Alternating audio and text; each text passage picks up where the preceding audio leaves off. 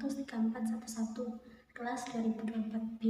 Di sini saya akan menjelaskan tentang collaborative learning. Apa sih collaborative learning itu? Suatu pendekatan atau proses pembelajaran yang melibatkan kelompok peserta didik, di mana setiap anggota menyumbangkan informasi, pengalaman, ide, sikap, pendapat, kemampuan, dan keterampilan yang dimiliki untuk kerjasama dalam memecahkan masalah, menyelesaikan tugas, atau membuat suatu produk melalui metode collaborative learning. Proses belajar bukan hanya sekedar kerjasama dalam suatu kelompok, tetapi lebih kepada suatu proses pembelajaran yang melibatkan proses komunikasi secara utuh dan adil di dalam kelas. Pembelajaran collaborative learning memiliki beberapa karakteristik. Yang pertama, saling ketergantungan positif, di mana anggota kelompok merasa bahwa keberhasilan satu sama lain mempengaruhi keberhasilan kelompok secara keseluruhan. Yang kedua, sintesis informasi. Peserta didik bersama-sama memproses, menganalisis, dan mengintegrasikan informasi untuk mencapai kesimpulan. Yang ketiga, kemandirian. Meskipun bekerjasama, setiap individu diharapkan memiliki inisiatif dan tanggung jawab atas kontribusinya sendiri. Yang keempat, keterampilan sosial. Pembelajaran kolaboratif melatih kemampuan komunikasi, kepemimpinan, dan manajemen konflik di antara peserta. Collaborative learning mempunyai kelebihan dan kekurangan. Kelebihannya yaitu meningkatkan motivasi dan suasana belajar. Yang kedua, melatih kemampuan bekerjasama. Ketiga, mengasah kecerdasan interpersonal. Keempat, kemampuan komunikasi.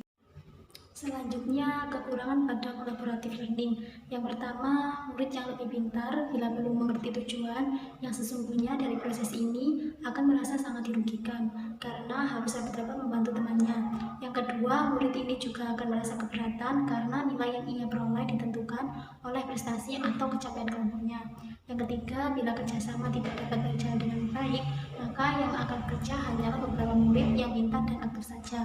Hal ini juga berdampak negatif bagi siswa lain karena merasa dirinya lebih pintar. Teori yang mendasari collaborative learning yaitu teori konstruktivisme Jean Piaget, Levitsky. Teori ini menekankan bahwa peserta didik secara aktif membangun pengetahuan dan pemahaman mereka sendiri melalui pengalaman dan interaksi dengan lingkungan mereka. Dalam collaborative learning, interaksi sosial dengan teman sebaya dan fasilitator memungkinkan peserta didik untuk berbagi perspektif, menguji ide mereka, dan membangun pemahaman yang lebih mendalam secara bersama-sama. Collaborative learning mempunyai implementasi, diantaranya yaitu diskusi kelompok kecil.